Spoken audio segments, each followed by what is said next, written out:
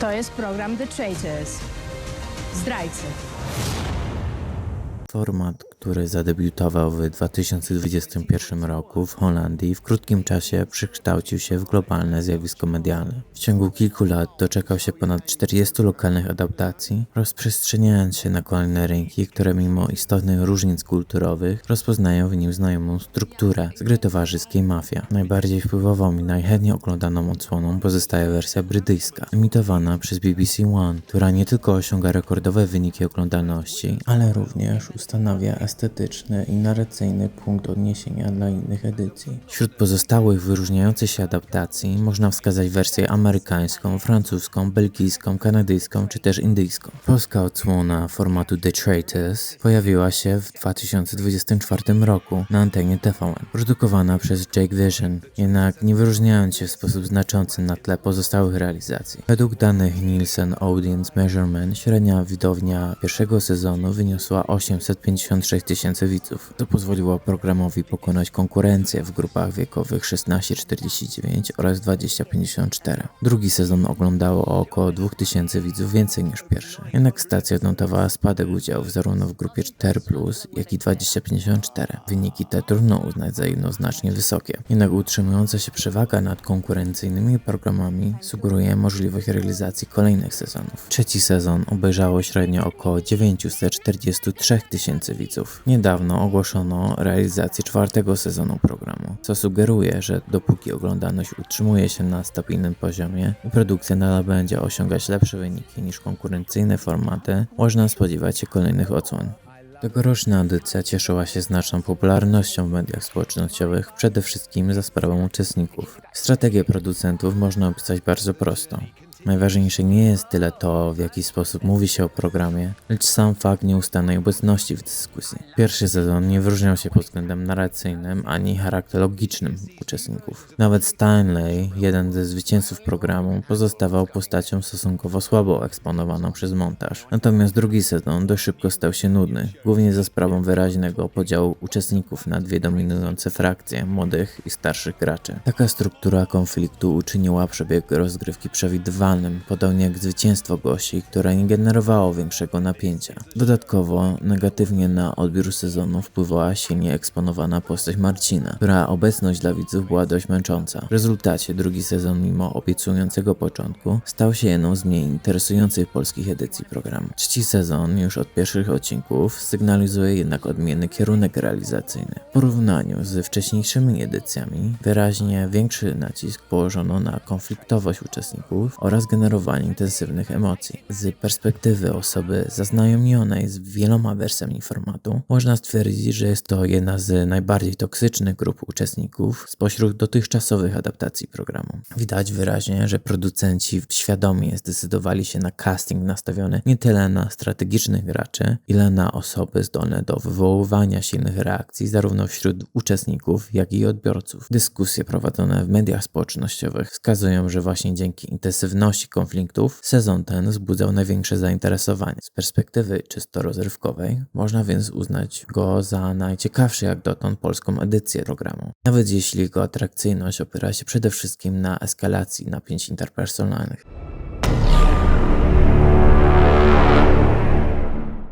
Warto na wstępie wyjaśnić, czym jest format, ponieważ pojęcie to okaże się istotne w dalszej części. Format rozumiany zarówno jako zestaw reguł produkcyjnych, jak i jako struktura prawna chroniona licencją, determinuje nie tylko przebieg programu, lecz także jego estetykę, narrację, mechanizmy rywalizacji oraz sposób prezentowania uczestników. Według zebranych przeze mnie definicji Jerzego Uszyńskiego, Sama Brentona, Rubena Cohena czy Tomasza Kurzewskiego, format można opisać jako swoisty szablon kulturowy, umożliwiający wielokrotne reprodukowanie tego samego widowiska w różnych kontekstach narodowych przy jednoczesnym zachowaniu rozpoznawalnej tożsamości marki. Zatem formuła programu pozostaje zasadniczo niezmienna, a poszczególne adaptacje opierają się na powielaniu określonych schematów narracyjnych i produkcyjnych. W konsekwencji, niezależnie od kraju realizacji, widz otrzymuje produkt o bardzo zbliżonej strukturze. Jednocześnie format zachowuje pewien stopień elastyczności, który umożliwia prowadzenie lokalnych modyfikacji. Różnice Różnice te dotyczą m.in. implementacji własnych twistów czy doboru uczestników, który w zależności od wersji może obejmować celebrytów, uczestników innych programów typu reality show lub tak zwanych normalsów, czyli po prostu zwykłych ludzi. Pierwotna holenderska wersja programu stała się punktem odniesienia dla kolejnych producentów zainteresowanych adaptacją formatu. Jednak to sukces edycji amerykańskiej i brytyjskiej, produkowanych przez Studio Lambert, odegrał kluczową rolę w jego globalnej popularyzacji. Skala ich oddziaływania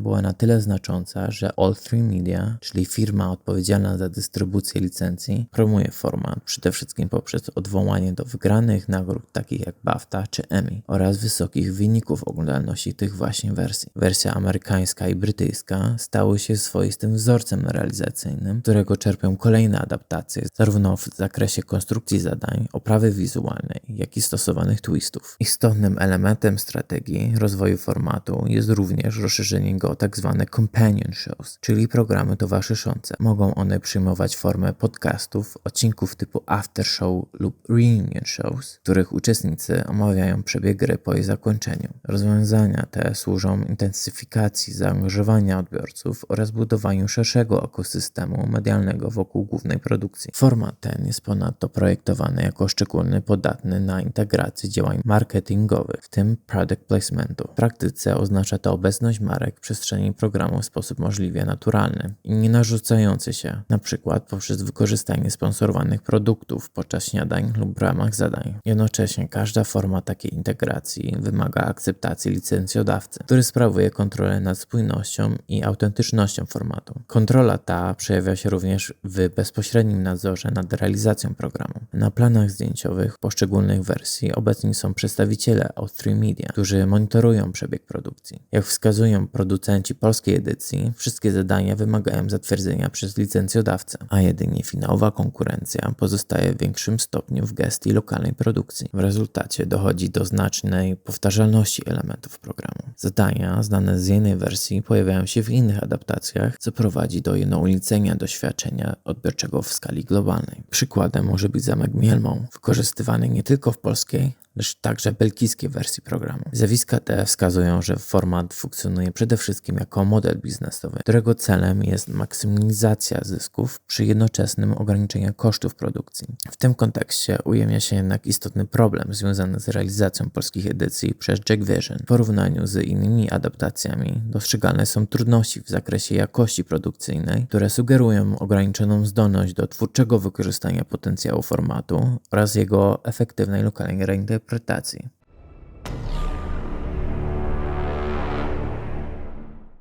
W analizowanym sezonie producenci skoncentrowali swoją narrację wokół relatywnie wąskiej grupy uczestników. Największą uwagę poświęcono trójcy zdrajców, Łucji, Igorowi i Natalii oraz grupie lojalnych graczy, do których należeli Dorota, Wojtek i Paweł. Istotną rolę zaczęła odgrywać również Iza, szczególnie po eliminacji swojej siostry bliźniaczki. Pozostali uczestnicy funkcjonowali głównie jako tło dla centralnego konfliktu. Część z nich była eksponowana przede wszystkim poprzez wątki osobiste lub zawodowe, czego przykładami są Rafał i Tomek, natomiast inni pojawiali się jedynie epizodycznie. Taki sposób prowadzenia narracji wydaje się częściowo uzasadniony. W reality shows opartych na dużej liczbie uczestników produkcja zazwyczaj koncentruje uwagę na osobach generujących największy potencjał dramaturgiczny. Jednocześnie w przypadku tego sezonu montaż momentami sprawiał wrażenie niezrównoważonego, ponieważ przez wiele odcinków niemal cała narracja podporządkowana była tym samym postaciom. Strategia ta okazała się jednak skuteczna pod względem budowania emocji. To właśnie konflikty, silne reakcje emocjonalne oraz wyraziste osobowości głównych uczestników stanowiły podstawowe źródło napięcia i utrzymywały zainteresowanie odbiorców mimo ograniczonej obecności pozostałych graczy. Stosunkowo szybko ujawnił się również jeden z głównych wątków sezonów, czyli niski poziom gry strategicznej wśród pierwotnych zdrajców. Lojalni uczestnicy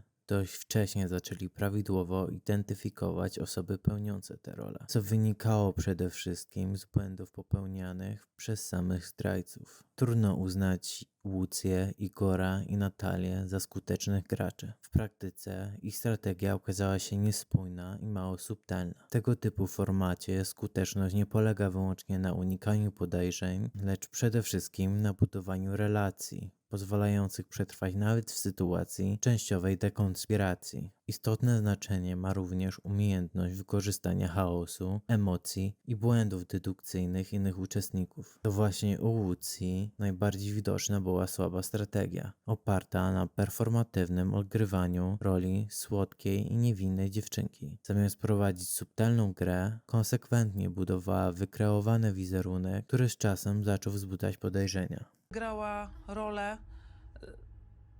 małej dziewczynki i usiłowała się popłakać i na tym zakończyła rolę. Mówisz właśnie w taki sposób, jak wiemy, że mówisz, prawda? Czyli w taki słodki sposób. Są też sytuacje, w których mówisz całkowicie inaczej. Tak jakbyś czasami, nie wiem, może wypadała z roli, czy coś w tym stylu. Łucja przecież jest aktorką, no powinna grać świetnie, jednak nie była jej to rola życia. Coraz to bardziej nad tobą też myślę.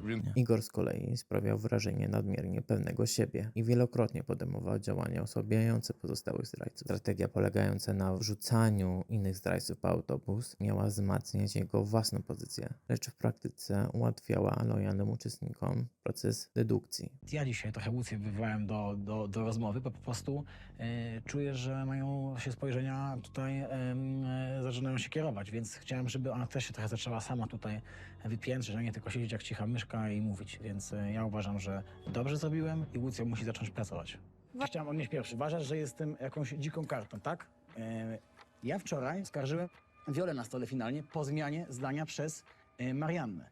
Nie chcę dzisiaj oskarżać Wioli, kieruję zarzuty wobec Łucji. Natalia pozostawała natomiast najmniej aktywna strategicznie. Rzadko inicjowała rozmowy dotyczące typowania zdrajców, a jednocześnie regularnie angażowała się w sytuacje zwracające uwagę pozostałych graczy. Była w kuchni, przed portretami staliście wy oboje i szeptaliście. Kiedy weszłam, odsunęliście się od siebie, rozeszliście natychmiast. Nie było takiej sytuacji. Była. Dobrze, myślę, że wszyscy pamiętają, jak wczoraj powiedziałam o rozmowie i wyraźnie powiedzieliście, że ta rozmowa nie miała miejsca. Nie miała miejsca. A przed chwilą powiedziałaś, że miała, tylko inaczej brzmiała. Ja tak powiedziałam? Przenikliwych i bardzo dobrze zbierasz informacje i uważam, że możesz mieć jakąś drugą osobowość, którą też ukrywały osoby, które odchodziły. Pozwól, że się odniosę. Jeżeli tak czujecie, że zadaję dużo pytań, to dlatego, że hołuję w zasadzie, że poruszam się po faktach, nie po intuicji. Nie mam inaczej jak znaleźć faktów, jak zadając pytania. Nie mam innego pomysłu. Jak jakiś wymyślę, to dam znać. Równolegle coraz większe znaczenie odgrywa sojusz Izy, Pawła, Doroty i Wojtka. Grupa ta bardzo szybko zdominowała dynamikę gry, opierając swoją strategię przede wszystkim na wywieraniu silnej presji psychologicznej wobec wybranych uczestników. W pewnym momencie można było jednak odnieść wrażenie, że granica między strategią a personalnym atakiem zaczęła się zacierać. Które są już pijane albo naćpane, także mi tutaj nie mów, że jesteś No chyba ekspertem. żartujesz w tym momencie, badań. taki wiesz, taka uwaga w tym Taka momencie. uwaga. To jest Druga sprawa. tak bezczelna Druga uwaga w sprawa. tym momencie, bo nie znasz mnie, nie wiesz co robisz, nie wiesz kim jesteś, wiesz tylko to, co ja tobie powiedziałem. Nie znasz całej mojej historii, a ty mnie negujesz w tym momencie. Nie wiesz, jakie skończyłem studia, ile lat studiowałem, na jakich uczelniach studiowałem. Nic z tego nie wiesz. Część zachowań sprawiała wrażenie ukierunkowanych bardziej na publiczne upokorzenie niż na rzeczywistą eliminację potencjalnych zdrajców. Jednocześnie właśnie ten konfliktowy sposób prowadzenia gry odpowiadał za znaczną część dramaturgii sezonu. Dorota, Iza i Paweł momentami wyraźnie pogarszali atmosferę, lecz równocześnie generowali emocje, które napędzały zainteresowanie widzów. Szczególnie dobrze bazuje to mechanizm reality shows, w których konflikt i kontrowersja jest jednym z głównych narzędzi budowania zaangażowania odbiorców oraz wiralu w mediach społecznościowych. Pierdzący, siedzący, nic nie robiący. Dla mnie to ja mam wrażenie, że ty przyjechałaś tutaj do jakiegoś teatru. Ty siedzisz i patrzysz, jak lojalnie się tu wygryzają. Ja mam wrażenie, że w momencie, kiedy wypadła Daria i przyszły do mnie osoby z ogromnym współczuciem i żalem, to ja mam wrażenie, że twoje łzy nie były żalem, tylko były wyrzutami sumienia za to, co zrobiłaś. Ja naprawdę uważam, że ty jesteś zdrajcą. Nie lubię kłamstwa, nie lubię ludzi, którzy łżą i sztucznych łez. I przepraszam cię, ale uważam, że naprawdę powinnaś pogodzić się z trenerem personalnym. Dziękuję. Nie mam nic do niej, że ona ma taką dużą nadwagę. Dziękuję. Wolę nie przeklinać i żeby mnie nie wycięli. Pindą w okularach. Ale to ty masz manię prześladowczą, dziewczyno. Nie widzisz tego? Przyszłaś tutaj robić jakąś pindę w okularach. Kasia S. rzuciła oskarżenia na mnie, że jestem idealna na zdrajcę teraz. Zresztą ciebie też oskarżyła Kasia S. Tak. Dobra, niech idzie laska już, bo już mnie tak denerwowała przez cały program, że miałam jej dosyć, naprawdę. Bo mam wrażenie, że ona przyszła do tego programu nie żeby łapać zdrajców, a żeby bajerować chłopaków.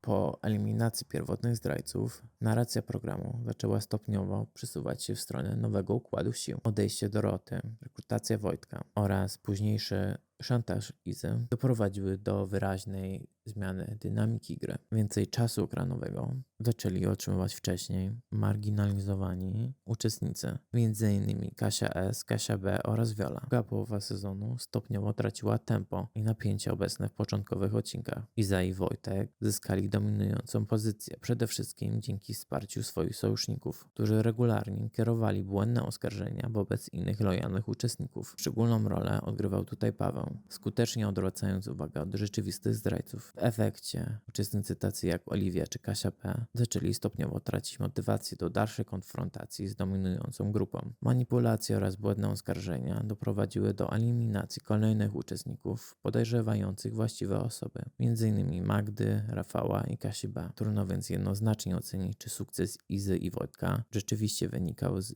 ich wyjątkowych umiejętności strategicznych. Niewątpliwie końcową fazę gry rozegrali sprawnie, jednak ich przewaga była w dużym stopniu rezultatem sprzyjających okoliczności oraz słabości pozostałych graczy. Co istotne, oboje popełniali błędy, które w innych warunkach mogłyby doprowadzić do eliminacji. W przypadku Izy szczególnie zauważalne były sytuacje, w których emocje i nadmierna pewność siebie prowadziły do podejrzanych zachowań. Na przykład uśmiechała się po eliminacjach lojalnych uczestników, zmanipulowała Maćka i Wiolę podczas przedostatnich obrad przy okrągłym stole, a także podjęła nielogiczną decyzję o zabraniu Wojtka na kolację prawdy, mimo wcześniejszych publicznych deklaracji pełnego zaufania wobec niego. Kulminacją tych działań był moment, w którym pośrednio przyznała się do bycia zdrajcą podczas rozmowy z Maćkiem. Pytanie. No, Czy jesteś w stanie mi przysiąc, no, na Darię nawet, no. że jesteś lojalna? Jestem lojalna, ale nie mogę ci przysiąc rzeczy, które są tak bardzo związane z moją rodziną. O, No, mogę na okej. inne rzeczy, nie? Ale wiesz, ja mam takie coś w sobie, że ja nie mogę zrobić rzeczy takich, wiesz, na rodzinę, nie? Również Wojtek wyraźnie zmienił swoje zachowanie po przyjęciu roli zdrajcy. Stał się mniej aktywny podczas obrad i miał trudności z przekonującym odpieraniem oskarżeń. Pomimo tego, zarówno on, jak i jego sojusz utrzymywali przewagę dzięki swojej pozycji w grupie. Rafał i Oliwia trafnie zauważyli, że sam fakt długotrwałego pozostawania tego sojuszu w grze powinien wzbudzać podejrzenia. Jednak pozostali uczestnicy nie potrafili skutecznie wykorzystać tych obserwacji. W finale Viola utraciła inicjatywę, Maciek pozostawał bierny, a Paweł zorientował się o rzeczywistym układzie sił, gdy było już za późno. Szczególnie interesującym przykładem pozostaje postać Pawła, który stopniowo zaczął funkcjonować niemal jak nieformalny trzeci zdrajca. Jego działania coraz częściej służyły interesom rzeczywistych zdrajców. Jednocześnie wydawało się, że znacznie ważniejsze od samej gry było dla niego budowanie relacji oraz uzyskanie akceptacji ze strony własnego sojuszu. W praktyce większość sezonu kierował swoje działania przede wszystkim przeciwko osobom, których zwyczajnie nie lubił. Chciałem być bardzo w tym programie zdrajcą, ale wiecie, co jest najlepsze? Że ja tu taki wulgarny, chamski, taki, którym królowa glamour, władczyni plastikowego złota by nie spędzała czasu w życiu prywatnym. Mogę powiedzieć tylko tyle, że... Paweł, ale naprawdę możesz żyć z godnością. Ale ja jestem godny, ja jestem bardzo... Jesteś, raz mówisz jedno, raz drugie, Ale jesteś co? jak taka chorągiewka. Nie na jestem wietrze, chorągiewką. wiesz, No jesteś. przecież to ty rzucałaś cały czas oskarżenia. Nie, no to ty manipulowałeś mną, Paweł.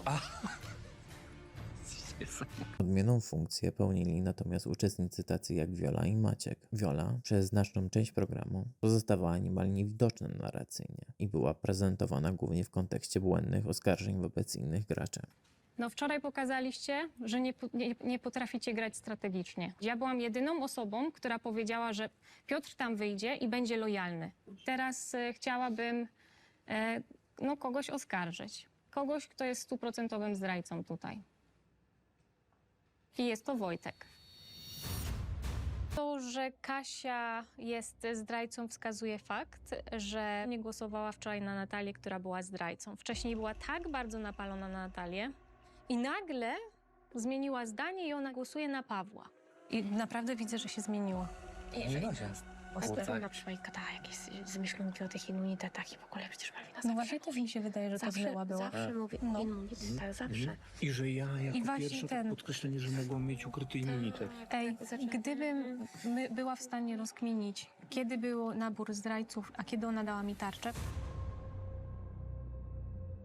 Znaczy, uważam, że każdy ma prawo i szansę zawisnąć na tej ścianie. Wiolu, biorę ciebie. dała mi tarczę, kiedy ona zawsze ją chciała, za każdym razem mówiła, że ona strasznie boi się nocy i nagle ja dostaję od niej tarczę. Jeżeli dzisiaj dostanę propozycję bycia zdrajcą, uwierzycie lub nie, nie dostałam jej, Wiolu.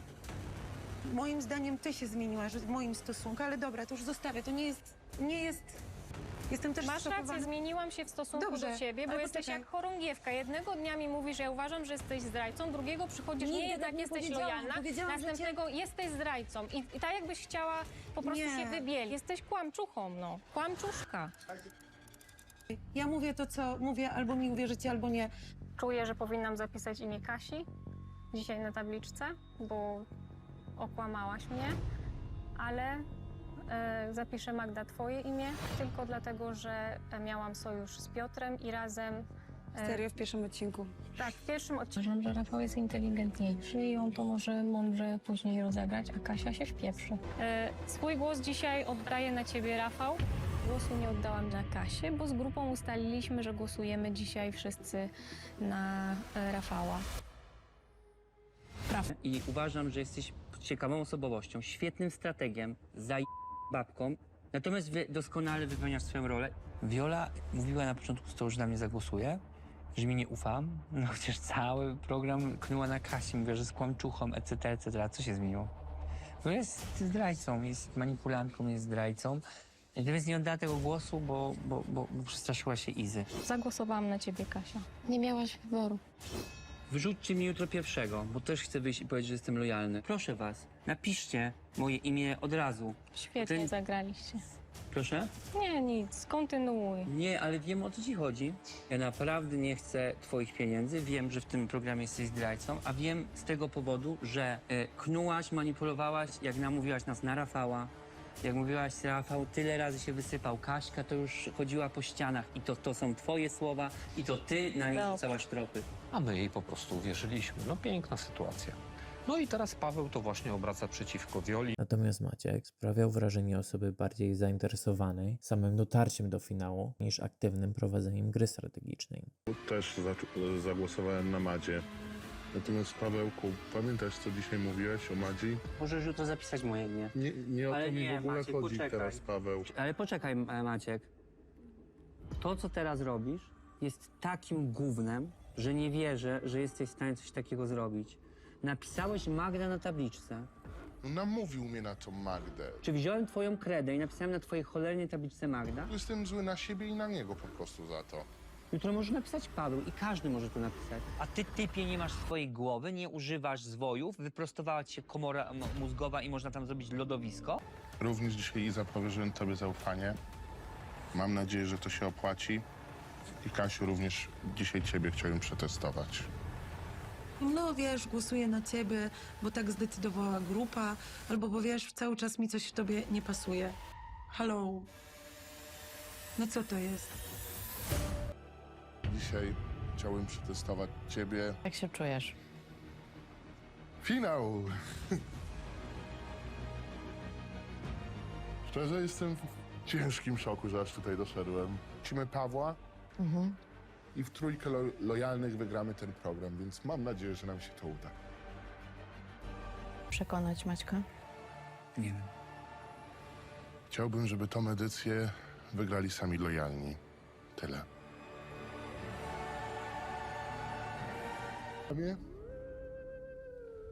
Nie chciałem już ryczeć. Najbardziej się zawiodłem na Igorze poniekąd. Ja w programie byłem zdrajcą!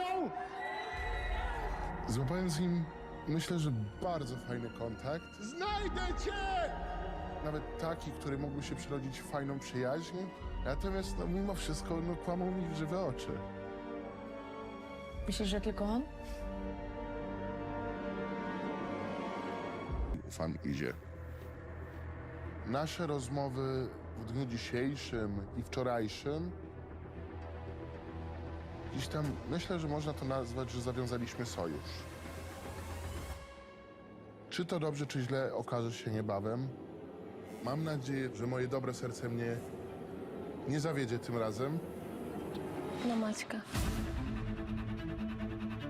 Na uwagę zasługuje również sposób prowadzenia programu przez Malwinę Wędzikowską. Rola prowadzącego ma w tego typu formacie szczególne znaczenie, ponieważ to właśnie prowadzący w dużej mierze odpowiada za budowanie atmosfery oraz nadawanie programowi charakterystycznego tonu. Wśród międzynarodowych wersji formatu szczególnym uznaniem widzów cieszą się m.in. Claudia Wickelman, Karin Vanasse czy Roger Corser. What are you thinking? I am genuinely speechless. Good night. Honestly, the worst faithfuls in the history of traders because I am a faithful. Bye, guys. I can't believe it. I'm not sure what's left to say, Faithful.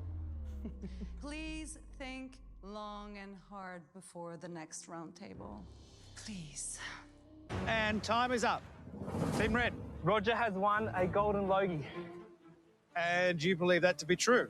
Yeah, I'll be backing you, bro. Yeah, we think you're pretty good. Wow, let's find out. What? Yes, exactly how I felt too. Na ich tle Wędzikowska nie należy prawdopodobnie do grona najlepszych prowadzących formatu. Jednak wyraźnie rozwinęła się na przestrzeni kolejnych sezonów. W pierwszej edycji sprawiała wrażenie spiętej i zbyt zachowawczej. Obecnie jej ironiczny styl prowadzenia oraz lekki dystans wobec uczestników stał się jednym z najbardziej charakterystycznych elementów polskiej wersji programu. Czekajcie, To jest moi drodzy, manipulacja. panowie, Tylko i wyłącznie. bez rozmów w podgrupach, a my się nie przekrzykujemy. Proszę bardzo. Ja muszę zmienić, nie. Sorry, przepraszam. Paweł, ale nie możesz zmieniać teraz. Paweł, odłóż tu. Dobrze. Odłóż tabliczkę. Nie rozmawiamy. Po pierwsze, zaraz sprawdzimy na kamerach, co napisał. Na Jarka. Ochyda.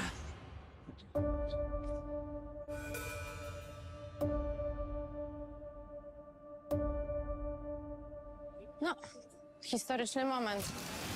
Uczestnik wyszedł przed prowadzącą. Dobrej nocy. Dobrej nocy. To jest finał. Finał programu The Traitors. Zdrajcy. Że jestem w ciężkim szoku, że aż tutaj doszedłem. Nie wiem. Mimo wszystko no, kłamą mi w żywe oczy. Myślisz, że tylko on? Mimo interesujących uczestników, licznych konfliktów oraz dużego potencjału dramaturgicznego, trzeci sezon został wyraźnie osłabiony przez problemy realizacyjne i postprodukcyjne. Szczególnie widoczne jest to w sposobie adaptowania rozwiązań z brytyjskiej wersji programu. Polska edycja zbyt często ogranicza się do mechanicznego kopiowania zadań i twistów, nie próbując nadać im lokalnego charakteru ani twórczo rozwinąć formatu. Jak zostało wcześniej wspomniane, licencjodawca musi zaakceptować wszystkie zadania oraz twisty, co częściowo ogranicza swobodę lokalnych producentów. Nie zmienia to jednak faktu, że sposób wykorzystywania tych elementów sprawia wrażenie pójścia na skróty. Owszem, część elementów jak finałowe zadanie można uznać za udane, jednak nawet w tych przypadkach widoczne są problemy z tempem montażu i konstrukcją odcinków. Przypominam, że na finałowe zadanie poświęcono aż 40 minut czasu ekranowego. W rezultacie sezon posiadający duży potencjał emocjonalny i narracyjny traci na jakości z powodu braku spójnej oraz konsekwentnej realizacji. Ostatecznie pojawia się więc pytanie, czy lokalna adaptacja rzeczywiście spełnia swoją funkcję, skoro Jake Vision nie jest w stanie wywiązać się ze swoich obowiązków.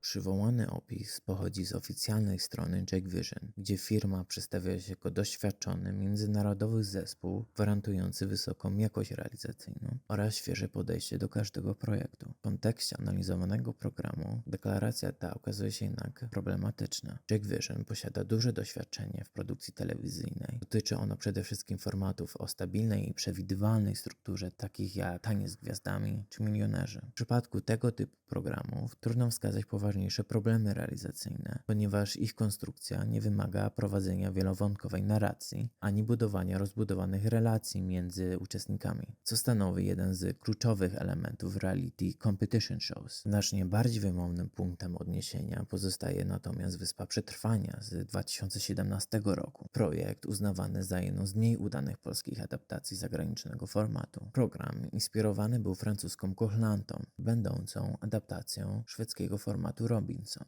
Chociaż odpowiedzialność za ostateczny kształt programu spoczywa również na nadawcy, znaczna część krytyki dotyczy właśnie jakości realizacyjnej oraz montażu przygotowanego przez Jack Vision. Adaptacja ta ujawniła ograniczenia produkcyjne zespołu, szczególnie widoczne w obszarze narracji. W tym kontekście The Traitors, Zdrajcy, stanowi dla Jack Vision znacznie większe wyzwanie niż klasyczne formaty teleturniejów czy talent shows. Program opiera się bowiem przede wszystkim na relacjach między uczestnikami oraz umiejętnym budowania napięcia poprzez montaż. Z perspektywy czasu, część niedociągnięć pierwszego sezonu można jeszcze tłumaczyć ograniczonym budżetem i etapem poszukiwania odpowiedniej formuły realizacyjnej. Problemy jednak były wyraźnie już wtedy. Dotyczyły m.in. nadużywania intensywnego pomarańczowego filtra, niedopracowanych ujęć gadających głów oraz uproszczonej struktury montażowej poszczególnych odcinków. Narracja ograniczała się wówczas głównie do powtarzalnych sekwencji: śniadanie, misja, obrady przy okrągłym stole i spotkanie zdrajców. W efekcie pomijano znaczną część interakcji między uczestnikami, które w tego typu formatach pełnią kluczową funkcję. Drugi sezon przyniósł wyraźną próbę inspirowania się bardziej dopracowanymi realizacyjnie wersjami programu, przede wszystkim edycją brytyjską. Widoczne stały się zapożyczenia dotyczące oprawy graficznej, konstrukcji zadań oraz wykorzystywanych twistów. Pomimo tych zmian, zasadniczy problem związany z postprodukcją nadal jednak pozostał nierozwiązany. Szczególnie dobrze widać to w sposobie montowania scen śniadań. Konstrukcja tych segmentów często utrudnia widzowi orientację w przebiegu wydarzeń, ponieważ nie zawsze w jasny sposób pokazuje, którzy uczestnicy pojawiali się już przy stole, a którzy nadal pozostają nieobecni. Tymczasem właśnie pytanie, kto nie przyjdzie na śniadanie, stanowi podstawowe źródło napięcia w tych scenach. Jeszcze bardziej problematyczna okazuje się realizacja obrad zdrajców. Montaż tych segmentów charakteryzuje się nadmierną fragmentaryzacją oraz nagromadzeniem krótkich, szybko zmieniających się ujęć. W bardzo krótkim czasie widz otrzymuje naprzemiennie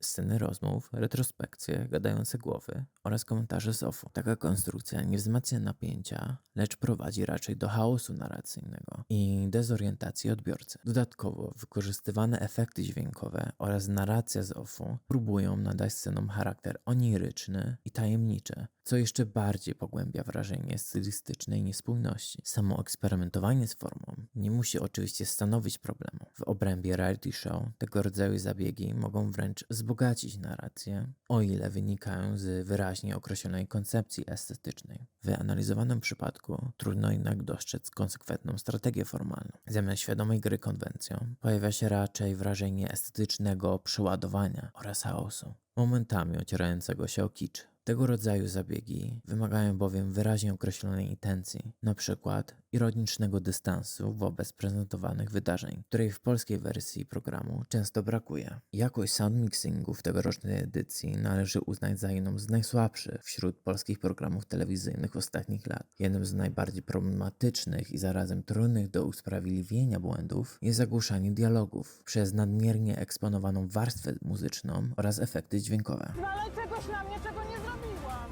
Zabrzmiało to tak, jak ja bym go właśnie nominowała na eliminację.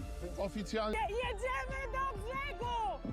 Macie czas na kasę 20 000! Jeszcze około 2 minut, damy radę, może 3 minuty jesteśmy. Dobrze jest. Oni nas poświęcili. Nie wrócą po nas. Dawaj, dawaj, dawaj. Maćku, możecie sprawdzić swoje prezenty.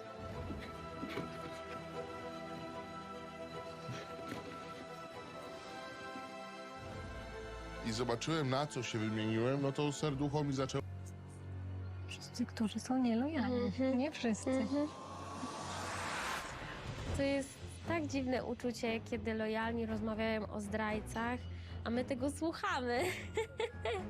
Słuchamy tego, co oni mówią, jaki mają plan, I starałam się tak bardzo, żeby mi tam zaufali, żeby mnie nie skreślali, że jak ja... W kontekście produkcji emitowanej na jednej z największych stacji komercyjnych w Polsce, tego rodzaju niedociągnięcia należy uznać za niedopuszczalne. Finalny produkt sprawia wrażenie niewystarczająco skontrolowanego pod względem jakości, co przejawia się w sytuacjach, w których dialogi stają się częściowo lub całkowicie niesłyszalne. Może to sugerować zdecydowany brak odpowiednio rygorystycznych procedur weryfikacji materiału przed jego emisją. Szczególnie problematyczny pod tym względem jest trzeci odcinek, w którym błędy związane z montażem dźwięku osiągają wyjątkowo wysoki poziom. Skala uchybień była na tyle znacząca, że konieczne okazało się wprowadzenie poprawek w wersji streamingowej. Pomimo tego problem nie został całkowicie wyeliminowany i pozostaje zauważalny również w kolejnych odcinkach. Mimo iż w poprzednich sezonach zdarzały się przypadki niedopasowania ścieżki dźwiękowej do kontekstu scen, obecna edycja stanowi kulminację tego problemu. Ponownie ujawnia się tu rozbieżność między zamysłem twórczym a jego wykonaniem, której efektem jest kicz.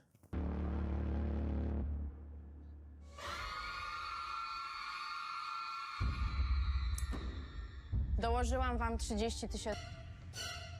Ja jestem pewny, że Igor zrozumie, że ja nie mogłem inaczej. Raz się wyłamałem, ale drugi raz nie mogłem zwracać na siebie uwagi. Dobry wieczór, gracze.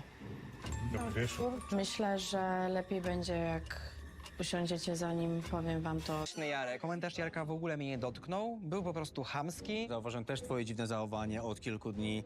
Zauważyłem przy rozmowach z tobą, nie patrzyłeś w ogóle mimo oczu od O początku. nie, przepraszam, ja patrzę zawsze w oczy. Zawsze jak rozmawiam. Teraz, ale nie unoś się. Ale dlaczego się unosisz? Bo jestem atakowany.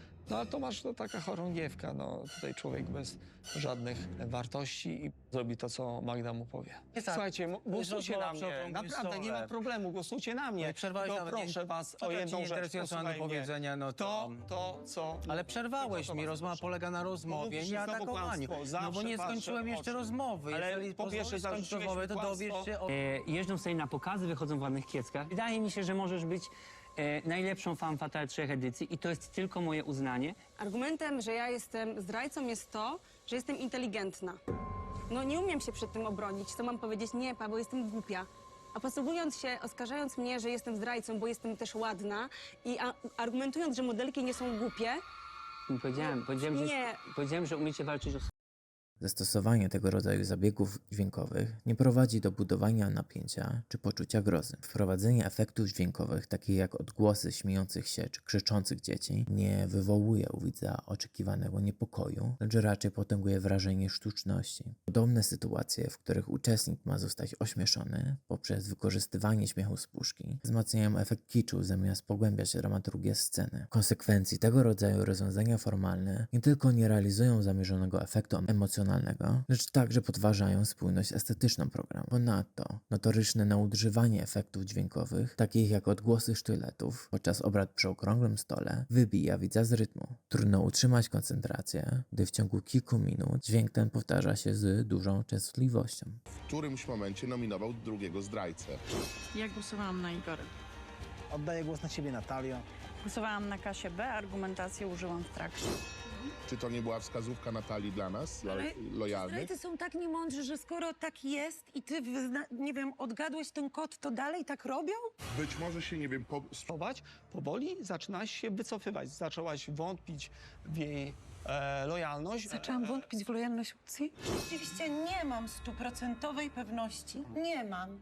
Bo nikt Że nie ma Łucja oprócz zdrajcy. jest lojalna, nie ma. Oczywiście, ja się też mogę mylić, ale ja sobie z tego żartuję i to powiedziałam. Łucja, jak ty będziesz zdrajcą, to ja zjem kotleta po prostu, albo steka. To jeżeli... Nie wątpiłam w Łucję, broniłam jej do końca. Mam wrażenie, że troszeczkę przesadzasz, grasz jakimiś emocjami. Ja zacznę grać, a nie wróżyć z pierdów. Sorry, i z gęstości powietrza. To, co powiedziałeś teraz, nie było od serca, to było wyuczone.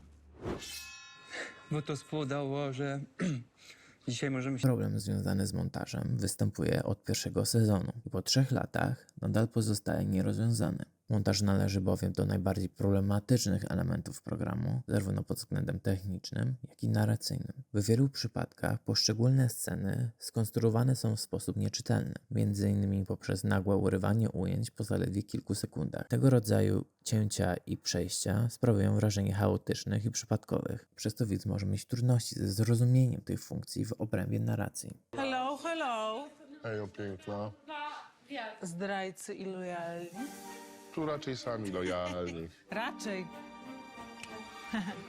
You never know.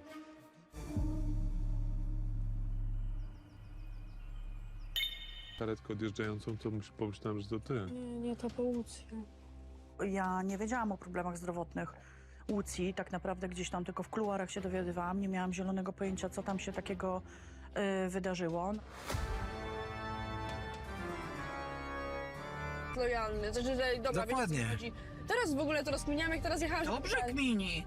To przecież, bo to w ogóle jakby czemu wszyscy zapomnieli o Wojtku w ogóle? Niedopracowane przejścia montażowe stanowią zresztą stały element produkcji Jack Vision. Szczególnie widoczne jest to w sposobie prowadzenia przerw reklamowych, które od pierwszego sezonu pojawiają się w trakcie scen dialogowych.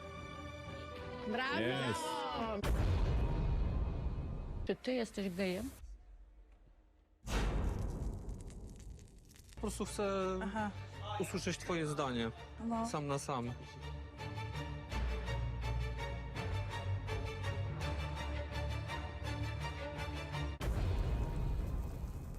Sprawia to wrażenie braku kompetencji po stronie montażystów. Problematyczna pozostaje również warstwa wizualna samych przerywników. Pierwsze 2 sezony realizowano w zamku Milmont w Belgii, natomiast trzeci sezon nagrywany jest w innej lokalizacji we Francji. Pomimo tych zmian nadal wykorzystywana jest plansza graficzna nawiązująca do poprzedniego miejsca realizacji. Brak aktualizacji tego elementu, mimo że z technicznego punktu widzenia byłoby to stosunkowo proste, jest przejawem niedbałości. Dodatkowo w programie regularnie pojawiają się inkonsekwencje związane z oprawą graficzną. Dotyczy to m.in. plansz informujących o wysokości nagrody pieniężnej podczas misji. Element ten pojawia się jedynie sporadycznie, mimo że mógłby pełnić istotną funkcję przypominania widzom o stawce gry. Jego przypadkowe wykorzystanie sprawia wrażenie braku spójnej koncepcji montażowej, jak gdyby poszczególne odcinki realizowano bez jednolitego nadzoru stylistycznego.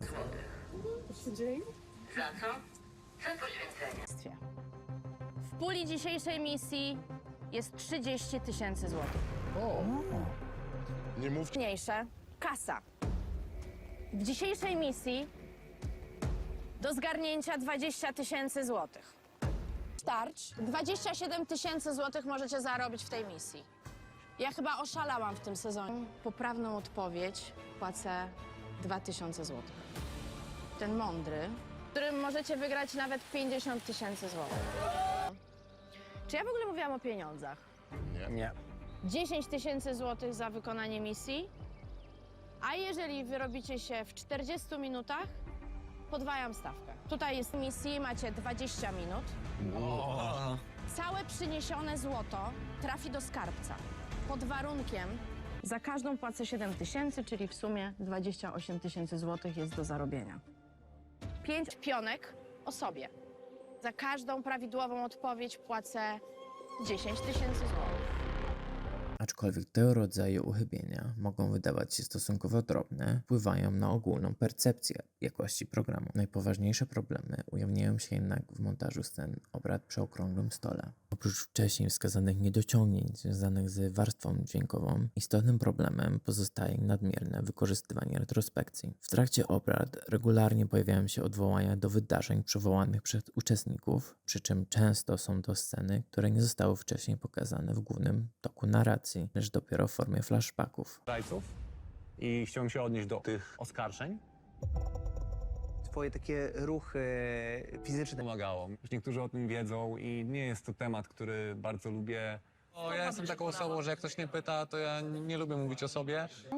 Mówiłam, że podejrzewam wszystkich. Kasia od jakiegoś czasu chodzi za mną i co drugi dzień jest sytuacja taka, wiesz co, bo ja czuję, że jesteś zdrajcą. I za chwilę, że jednak nie jesteś zdrajcą. Ja dzisiaj w ciebie zwątpiłam. Mówię ci to uczciwie, patrząc w oczy. Z jednej strony należy uwzględnić ograniczenia czasowe programu, który w ramach jednego odcinka musi pomieścić wiele elementów, takich jak sceny śniadań, misje, obrady przy okrągłym stole, spotkania zdrajców czy interakcje uczestników między tymi segmentami. W tym kontekście selekcja materiału oraz kondensacja narracji pozostają nieuniknione, a retrospekcje mogą pełnić funkcję uzupełniającą i porządkującą przekaz. Problem pojawia się jednak w momencie, gdy rozwiązanie to zaczyna być nadużywane. Szczególnie widoczne jest to w nieustannym powracaniu do wydarzeń z bieżącego lub poprzedniego odcinka oraz wielokrotnym powtarzaniu tych samych scen. Detali w mowie ciała, a gdy zdjęliśmy opaskę, to twoja żyła tutaj, twoja szyja chodziła po prostu w ten sposób. I dla mnie to jest oczywisty znak, że byłeś mega zestresowany. On mówił o jakichś tętnach, o żyłach. Uważam, że miałem spokojny oddech. Zobaczymy, jak to wyszło w kamerze. Wybrałam zdrajców. Zdejmijcie opaski. Można opanować to, co się dzieje na twarzy, ale to, co się dzieje z tętnem czy z oddechem, to jest mega trudne do opanowania i zajęło ci kilka minut, żeby to opanować. Byłeś numerem 1 zdrajcą od samego początku. Ja? Bo po prostu... Nie użyłam słowa Poczekaj, muszę, bo mogę powiedzieć to? nie manipuluję ludźmi. Bo to jest strategia, rozumiesz? Dzisiaj musi wylecieć Wojtek. Drugi zdrajca musi zostać. I jutro będę wam mówić, kto jest drugim zdrajcą. Mam tego, znowu nie wkładaj słów, których nigdy nie wypowiedziałam. Piękną historię sobie ułożyłaś, że już na początku coś dla ciebie potwierdziła. W gronie zdrajców mamy pakt. Chciałem nawiązać pakt. Bronimy się nawzajem. Ja i Jarek. Zanim w ogóle zaczniemy do typowania, chciałbym z tobą zawrzeć pakt. Tysięcy immunitet. Natalia, ona była tuż po... Zostałem porównany do pelikana, który łyka wszystko. Pionek. Pelikan. Powiedziała, że nie zależy jej na tarczach? Tak, cytuję. No wiesz, mi też nie zależy na tarczach, nie tarczach. Chciałam cię przeprosić. To, co do ciebie wczoraj powiedziałam, bo wiem, że cię to zabolało. Słodki ponczuszku, pierdzący, siedzący, nic nie robiący. Moich granic zostało przekroczonych. Nie miałam zielonego pojęcia, że one mnie aż tak zabolą. Słodki ponczuszku, pierdzący, siedzący, nic nie robiący. Było naprawdę inaczej od tego, co mamy na co dzień. Wchodzimy ogólnie summa summarum do komnatu. Zostaliście wybrani na listę śmierci. Tego rodzaju praktyka sprawia wrażenie narracyjnej redundancji i jest próbą maskowania braków w spójnej konstrukcji odcinka. Dodatkowo mechanizm ten przypomina strategie stosowane przez platformy streamingowe takie jak Netflix, gdzie kluczowe informacje fabularne są wielokrotnie powtarzane w celu utrzymania uwagi widza funkcjonującego w warunkach ciągłego rozproszenia i równoległego korzystania z innych urządzeń. W przypadku analizowanego programu prowadzi to jednak do efektu odwrotnego od zamierzonego. Nadmiar powtórzeń wyraźnie obniża dynamikę narracji i wprowadza poczucie dosłowności przekazu. Widz śledzący program w sposób uważny, zamiast angażować się w rozwój wydarzeń, może odczuwać frustrację wynikającą z nieustannego eksponowania tych samych scen. W rezultacie sposób prowadzenia narracji momentami sprawia wrażenie uproszczonego i pozbawionego zaufania do kompetencji odbiorcy. Kolejne problemy dotyczą niezrozumiałych decyzji narracyjnych. Nie są to błędy szczególnie rażące, jednak sprawiają wrażenie niezbędnych rozwiązań, które można byłoby stosunkowo łatwo wyeliminować. Jednym z przykładów są nadmiernie rozbudowane segmenty w poprzednim odcinku, których długość często sięga 3 lub 4 minut. Czas ten mógłby zostać przeznaczony na rozwinięcie relacji pomiędzy uczestnikami lub pokazanie istotniejszych elementów rozgrywki. Problematyczny pozostaje również nadmiar tzw. gadających głów podczas obrad przy okrągłym stole. Zbyt częste przerywanie dyskusji komentarzami uczestników zaburza rytm scen i osłabia ich dramaturgię. Zamiast budować napięcie wynikające z naturalnej dynamiki rozmowy, montaż nieustannie rozbija jej przebieg dodatkowymi wstawkami, które w połączeniu z dużą ilością retrospekcji potęgują wrażenie narracyjnego chaosu. Przepraszam. No, myślę, że troszeczkę przegiąłem.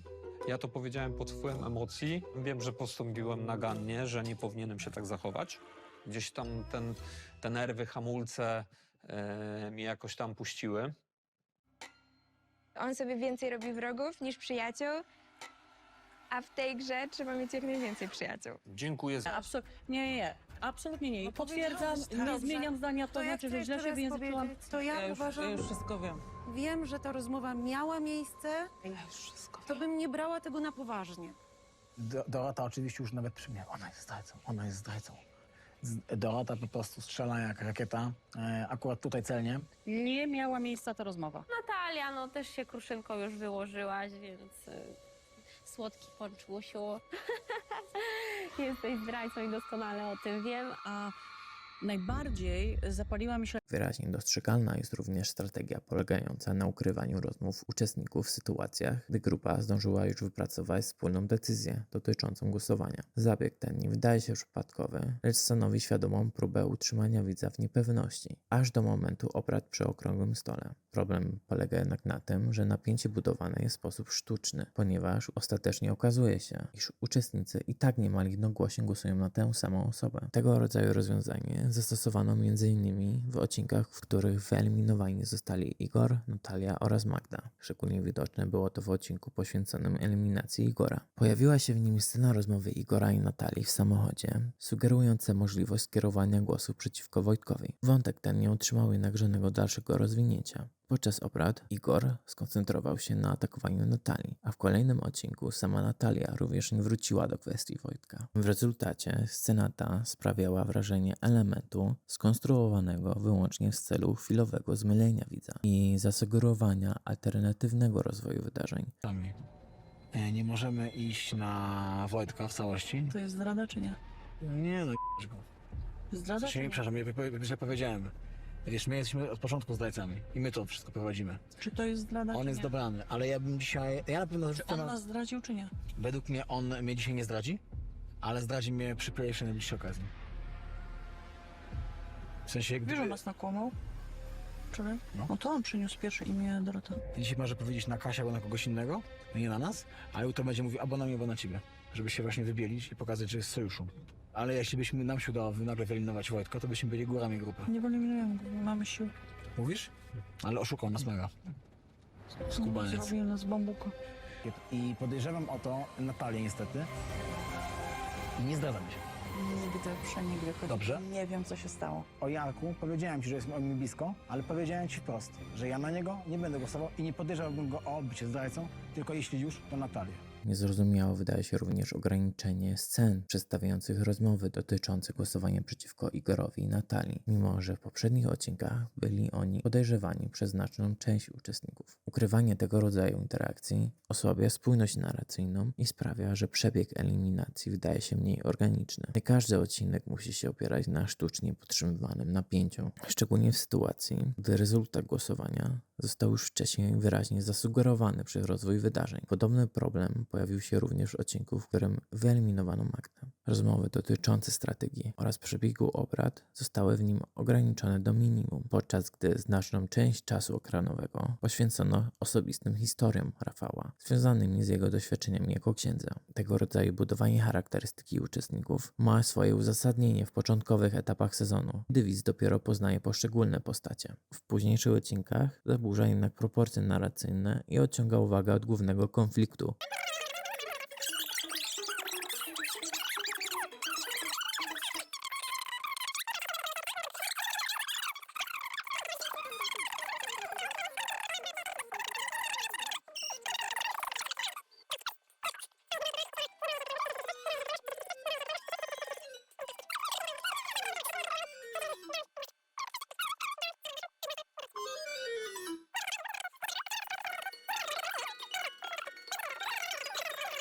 Trzeba wiedzieć wprost, w twarz. Nie chcę, wiesz, dowiedzieć się 3 minuty przed. No dla mnie jest ten sam argument, co Piotr miał. Obydwoje razem powiedzieliśmy, że jedyną zmianą, jaką widzieliśmy, było u Igora i u ciebie. Nie wiem, co Viola sądzi na mój temat. Jest dla mnie super miła i jakoś tak się bardzo, może nie bardzo, ale gdzieś tam jest... Ma do mnie taki przyjazny stosunek, więc nie spodziewam się, że mnie podejrzewa. Boże, to jest dla mnie tak ciężkie, bo ja każdego tutaj lubię. Nie, ale tylko pomyślcie sobie, tylko to zostawię was z tym. Czy ja byłabym największym geniuszem z tej całej trójki zdrajców, że tylko ja przez cały program nie dałam wam w ogóle żadnych innych powodów. I siedzę sobie cichutko, jestem sobie zdrajcą i Madzia sobie, która jest modeleczką, robi sobie kapelusza, wszystkich was wyje w kosmos. Przez cały program, nie dając wam innych argumentów. Była zdrajcą, to by się zestrała. Będziesz tam głosować? Jak wszyscy pójdą na ciebie, to żeby się nie wychylać. Muszę... Nie, no proszę cię, Oliwia. Ja nie jestem zdrajcą, przysięgam ci. Przysięgam, stara, jak na mnie zagłosujesz, to wtedy zabierz się strzał w kolano. Przysięgam ci, nie wiem, na takotałam ci przysięgnąć. Jezu, mam. Stara, jakie są dowody na mnie? Oni będą jechali po mnie tylko i wyłącznie dlatego, że Pawełek Piotruś w pierwszym odcinku na mnie zagłosował, rozumiesz, to waży moją żyłkę.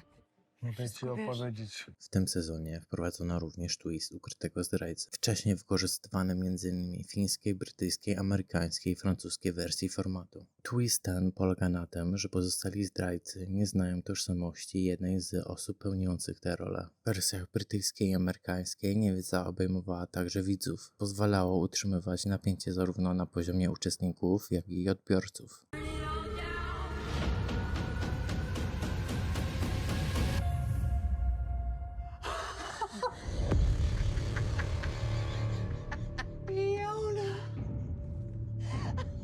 My heart. Oh, I did. You minx. I am. She better be a traitor. I know I'm the sacrificial lamb. And I know that I had a blast meeting every single one of you. Come on. Come on. On that note, I think I'm gonna go, but you got yourself a traitor!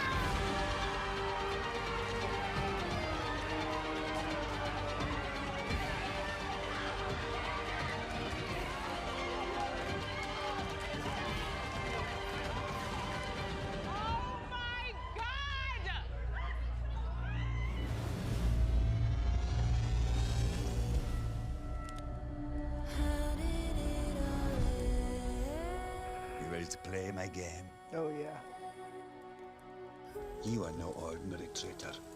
You're about to become my secret traitor. Oh, that's devilish.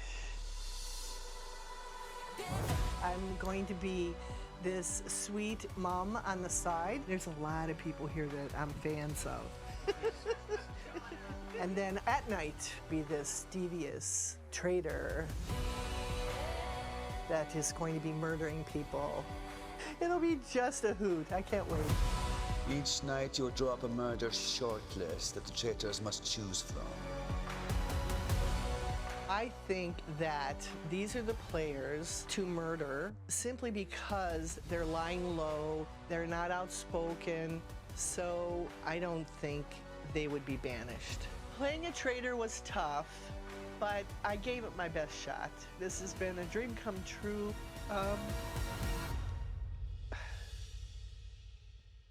These are happy tears that I get to do this at this point in my life. It's just the joy of being in the game.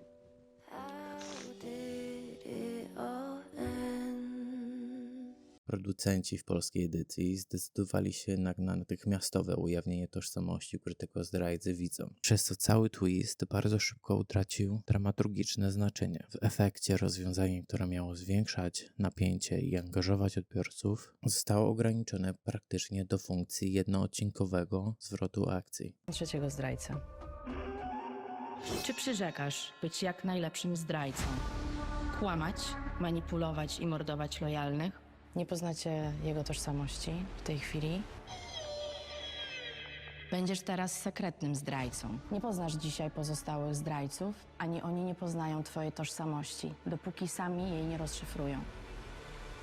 Do tej pory będziecie działać trochę po omacku.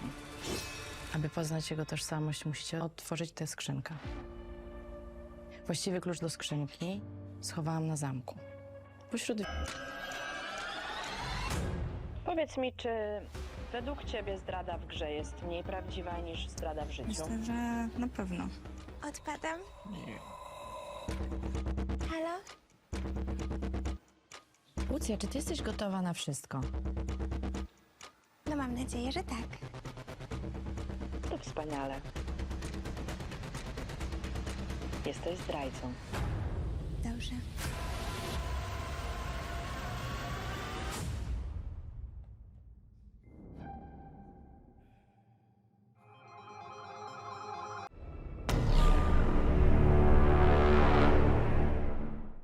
Ostatecznie trzeci sezon pokazuje, że nawet format posiadający duży potencjał może zostać poważnie osłabiony przez postprodukcję. Polska wersja należy obecnie do jednych z najsłabszych adaptacji programu, ale nie ze względu na samych uczestników, przebieg gry czy prowadzącą, lecz przede wszystkim z powodu chaotycznego montażu, nieczytelnego storytellingu oraz braku konsekwencji realizacyjnej. Nadmiar retrospekcji, przypadkowe sceny, nie mające większego znaczenia dla narracji, agresywne efekty dźwiękowe, fatalny sound mixing oraz nieustanne próby sztucznego budowania napięcia sprawiają wrażenie, jakby produkcja nie ufała ani własnemu materiałowi, ani inteligencji widza. Największym problemem polskiej edycji pozostaje jednak sam fakt, że Jack Vision nie potrafi w pełni wykorzystać potencjału tego formatu. Zamiast świadomie budować dramaturgię, produkcja regularnie ją osłabia przez niechlujny montaż i mechaniczne kopiowanie zagranicznych rozwiązań bez rozumienia, dlaczego funkcjonują one skutecznie w innych wersjach programu. Paradoksalnie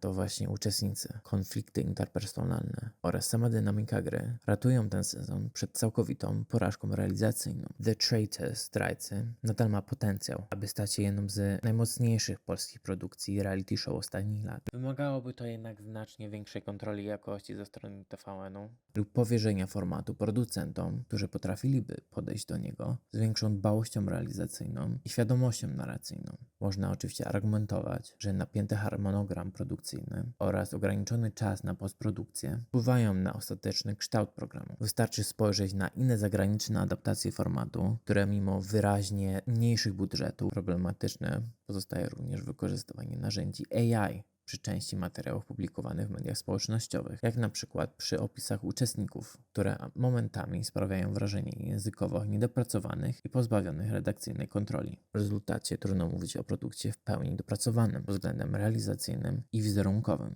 Polska wersja programu posiada duży potencjał. Na ten moment poziom wykonania należy ocenić jako nierówny, a miejscami po prostu bardzo słaby.